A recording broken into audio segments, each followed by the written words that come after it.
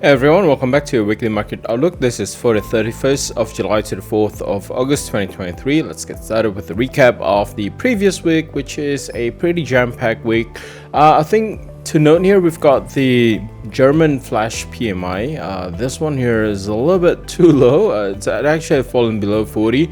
Consensus was 41. So they were expecting a little bit of an increase, but we actually got 38.8. So that was kind of unexpected. We've got the Australian inflation number. This one here, a full percentage down from 7% to 6%. Below the consensus of 6.2%. That's probably going to lead up to what the RBA is going to be doing this week. We got the FOMC and the ECB as well, hiking interest rate by 25 basis points. A few key takeaways here for the FOMC. I think they were a little bit too hawkish on the press conference on last week. I think there was a question about whether or not September is actually going to go live, and JP wasn't saying anything. He wasn't actually denying that he wasn't trying to stop the market thinking that there's no September live. He basically just goes on to say like, it would be live if the data continues to show that the underlying inflation is still high. So I think the wording was that inflation is going to be there, it's going to stay there for a longer period of time, so I don't think there's going to be any rate cut. And then with the ECB, again, they were a little bit more hawkish, although it's kind of a neutral hawkish. They didn't actually say that they're going to be doing a September hike and stuff like that, but they did mention a rate hike could happen, a pause could happen, but a rate cut will never happen. So I think that's kind of to shut down the market from thinking or pricing in the potential rate cuts coming out from the ECB. So I think that's one bold move coming out from the ECB. Bank of Japan, obviously, that was the key event from last week, and I would say it is one of the biggest events in the past 10 years. There were a little bit of a wordplay coming out from the Bank of Japan. So to note here, I think there was actually several leaks, right? There was a leak 2 weeks ago saying that the Bank of Japan is not going to tweak, and then there was another leak just a day, well, not a day, maybe 10-12 hours before the Bank of Japan interest rate decision, that there was a leak from Nikkei saying there's going to be a tweak to the YCC during the announcement. And then the announcement got delayed by 30 minutes, and then the Bank of Japan basically says, look, we're keeping 0.5% as our yield cap as a reference, and that's pretty much it. So initial market reaction was that, the Bank of Japan didn't do anything, but then when we look closer to the statement, they actually allow the yield to creep up to 1% before they actually start purchasing bonds again. So the yield cap confusion here is that Bank of Japan basically tweaked the yield cap, but announces it as no tweak and 0.5% as a reference. But in reality, there has actually been a tweak to the YCC. So it causes a lot of confusion in the market during the release. I think within the first minute, we actually saw about 382 pips in terms of a whipsaw coming out from the dollar Japanese yen. The other yen crosses, the sterling yen, the euro yen, about 250-300 pips. But it was a significant whipsaw, so anyone that attempted to short it intraday probably got wiped out either side. But that's basically that. And then press conference happened. Bank of Japan kind of softens what they were, the tone, by saying, look, it's just worst case scenario that we're going to employ that and stuff like that. But again, it's really leaving it to the market to decide what that yield cap is, basically. So we as a trader, we need to kind of figure out what that yield is. But just to be safe, we just assume that the yield cap is going to be at 1%. I think that's the best way to navigate the yen crosses going forward. Following that, basically throughout Friday, we basically saw a little bit of a return into the carry trade. So I think we see carry traders coming back in, looking at the Japanese yen to kind of weaken again. But that's pretty much it. We've got the GDP growth rate coming out from the US as well.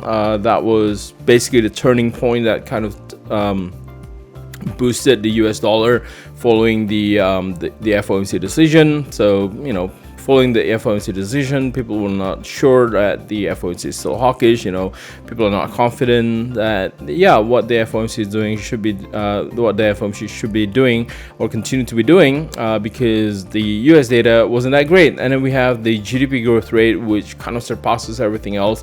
We've got GDP growth rate from 2% up to 2.4%. Expectation was for a drop to 1.8%. So I think there's a lot more room for the FOMC to navigate. And then we've got the personal consumption expenditure coming out from the US as well. One thing to note here, out of the income and the spending, if you take a look at the income, it's actually falling. All right, the expectation was for a stable 0.5%, but actually fell down to 0.3%. However, the spending actually went up from 0.2% to 0.5%. So the scenario given is this: people are actually earning less, but they're actually spending a lot more. So in terms of that fueling the inflation, I think the inflation would actually going to be around for a little bit longer. All right, so that's pretty much it, all from the fundamental side of things. Let's take a look at this week. All right, thing to note here, I think on Monday we're starting out strong here. We've got the GDP growth rate numbers coming out from the Eurozone, as well as the inflation rate, the flash CPI numbers coming out from the Eurozone. Consensus was for a drop from 5.5% to 5.3%. In terms of GDP, a drop from 1.1% to 0.5%, but the quarterly went expected to go up from 0% to 0.2%. So expecting a little bit of a growth here on the Eurozone side of things. And then on Tuesday, we've got the RBA interest rate decision. Again, the forecast is 4.1 to 4.35, expecting a 25 basis points hike from the RBA. There could be a pause, so just keep that in mind. Don't be too hawkish on the RBA at this point in time. I think, considering the inflation has been falling off and comments coming out from the RBA previously, I think there could be room for a potential pause with the RBA here. All right. And then we've got the UK interest rate decision coming up from the Bank of England on Thursday. A hike from 5% to 5.25%. Yes, I think this is going to happen for the UK. I think Bank of England needs to continue hiking interest rate at this point in time. The projection is for a 25 basis points hike, and I think that's about right from the Bank of England. And then obviously Friday, first Friday of every month, we've got the NFP numbers and the unemployment rate. The NFP numbers expecting to maintain that position above 200,000, expecting a little bit of a drop, 209 to 200,000. Don't be surprised if we get something a little bit higher than what the market is expecting, because the weekly unemployment claims has been good, right? It has been decreasing, so we could get a higher NFP numbers. In terms of the unemployment rate, a stable 3.6%.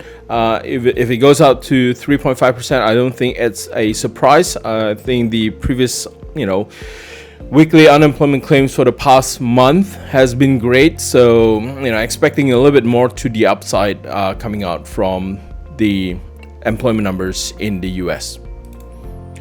Okay, moving on to the technicals. Let's take a look at the dollar index here. So we've been saying that there's going to be that US dollar correction. I think that's still ongoing for the dollar index. I think there's a little bit more room to go. But in terms of the limits on how far that dollar index is going to go, or in terms of how far or how strong the US dollar is likely going to go, the scope is pretty much limited at this point in time. I think we have one more, two resistance, actually 102 and 102.50. Beyond that, we're looking at a move towards 103.50. Probably just skipping 103 at this point in time, but that's coming out for the dollar index.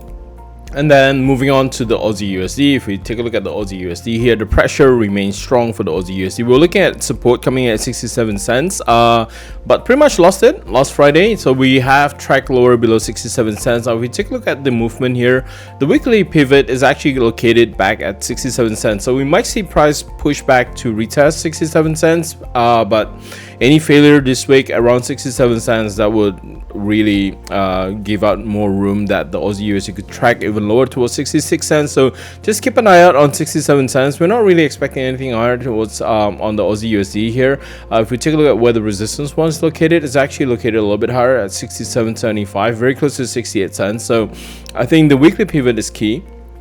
There's no trend per se on the Aussie USD. This one is a little bit flat. and 67 cents is pretty much just spot on as being a pivot. So we anticipate price to kind of attempt to whether break above 67 cents or fail to break above 67 cents. I think that's really key. So if you are thinking about opening a position on the Aussie USD, so there are several scenarios. Either you already have a running position on the Aussie USD, or if you're looking for a fresh new positions on the Aussie USD. If you're looking for a fresh new positions, then it's much better to wait for any rejections or any breakthrough above 67 cents. But if you already have an existing position on the Aussie USD, then I think it's a little bit it's actually a good time to start moving your stop losses. I think stop losses should actually be moved down to 67.50 to 67.75 just to protect your position here, because this one is a little bit flat. But daily momentum, there is room to go to the downside for the Aussie USD. Next one is the Euro USD. For the Euro USD, we have broken several key supports. Obviously, we lost at 1.11 level, then we also lost 1.10 level. Right now, price is trading above 1.10, but considering what the price movement was last Thursday and Friday, we basically have that break below 1.1. So price is estimated to kind of find that resistance coming in where the pivot is located, pretty much at 1.1050. So very similar situation with the Aussie USD here. 1.1050 is definitely going to be the key levels. Anything that could drive the Euro USD lower would have to come in today on the back of the flash CPI as well as the flash GDP coming out from the Eurozone. The Aussie USD here, we've got that driver coming out tomorrow on the RBA interest rate decision, but that's pretty much it. Euro USD here, if we take a look at the movement on the Euro USD, if it doesn't press even lower below 1.09, there's a potential for this one to turn into a hidden bullish divergence. But for now, I think there's a little bit more room to go to the downside for the Euro USD, keeping an eye out on 1.1050. Any failures at 1.1050, I think that would be where sellers are likely going to come in and pressure this lower, potentially all the way down to 1.09. Might go down a little bit lower towards that range, 1.0850, 1.09 again, also where the Ichimoku cloud is located. The sterling is a little bit stronger. Now if we take a look at the movement on the sterling, the short positions that we have the past 2 weeks, I think this one here should be done. And take a look at where that bounce is, the support for the sterling here. It is actually very strong at 1.28, so we're not really breaking through any significant key levels, unlike the Aussie USD and like the Euro USD. This one here is very well supported at 1.28 at 61.8% Fibonacci retracement, again with the view that the Bank of England is going to continue hiking rates. And in terms of how many more rate hikes to go, I think there's a lot more rate hikes to go for the Bank of England. Sterling by itself, it's one of the stronger currencies. The strongest would be the Swiss franc, but the sterling is pretty strong. And I think for the sterling here, we might actually see this one calm down a little bit, unless there's that break below 1.28. At this point in time, we're not expecting that break to happen. We are expecting price to go back up above the weekly pivot at 1.2850. There are several drivers for the sterling. Could be the sterling yen lifting it up as well, but sterling by itself, I think this one has done pretty well in terms of the correction. It's a textbook correction, 61.8%, very smooth. We've got strong support at 1.28, so right now we're keeping an eye out on that 1.28 support. For as long as price is trading above 1.28 at this point in time, we're not expecting any further progress to the downside for the pound USD. But just in case, if it does closes below 1.28, we should anticipate support to come in where the support one is located, 1.2740, 1.2750. The next one would come in a little bit lower to about 1.2640, 1.2650. But again, for that to happen, price needs to break below 1.27, which is a much more significant support level for the sterling. So I don't anticipate that scenario where we're actually going to be trading below 1.27 at this point in time. I think we might see immediate support 1.2750 if it's if there's no strength to continue to push above 1.2850. Right, but if there's any daily close above 1.2850, then we're expecting price to kind of pull back up a little bit higher, 1.29, 1.23. That's kind of the anticipated range. We're not looking at this one here as a shift for a trend continuation as of yet for the sterling. We need further confirmations for that. We need that shift in momentum to happen. We need the correction for the dollar in the US dollar to kind of end before any continuation could happen for the pound USD. But sterling compared to the Euro USD and the Aussie USD, a pretty strong currency. Right, next one is the Dow Japanese Yen. The Dow Japanese Yen, as I said, the whipsaw was crazy. You can see that candle movement here. It ranges from 142 to 138 on the Dow Japanese Yen. Right now, price is actually trading on the upper end of that whipsaw that happened on Friday, and we're moving away from the Ichimoku cloud. We're right now above the Ichimoku cloud. 138 was well supported. So as I mentioned in the previous outlook, there was actually going to be two scenarios. One, if there's no tweak to the YCC, the Dow Yen would probably just spike all the way up to 145, right? If there is some tweaks to the YCC, then we anticipate that move below 138. However, what was announced with Bank of Japan, as I mentioned earlier, was a little bit different. It was a little bit of a mix, right? So they basically announced no tweak, using 0.5 as a reference, but in reality they actually tweaked it. So we've got a little bit more of a subdued movement on the yen strength, right? It's never able to get any lower below 138. So from a technical standpoint, 138 strong as a very strong support level. Price bounces off the Ichimoku cloud. Right now it's trading above the Ichimoku cloud, and I think from the reaction in the market, it's kind of safe to say by now we've got 2 days of price action here on the Dow Japanese Yen.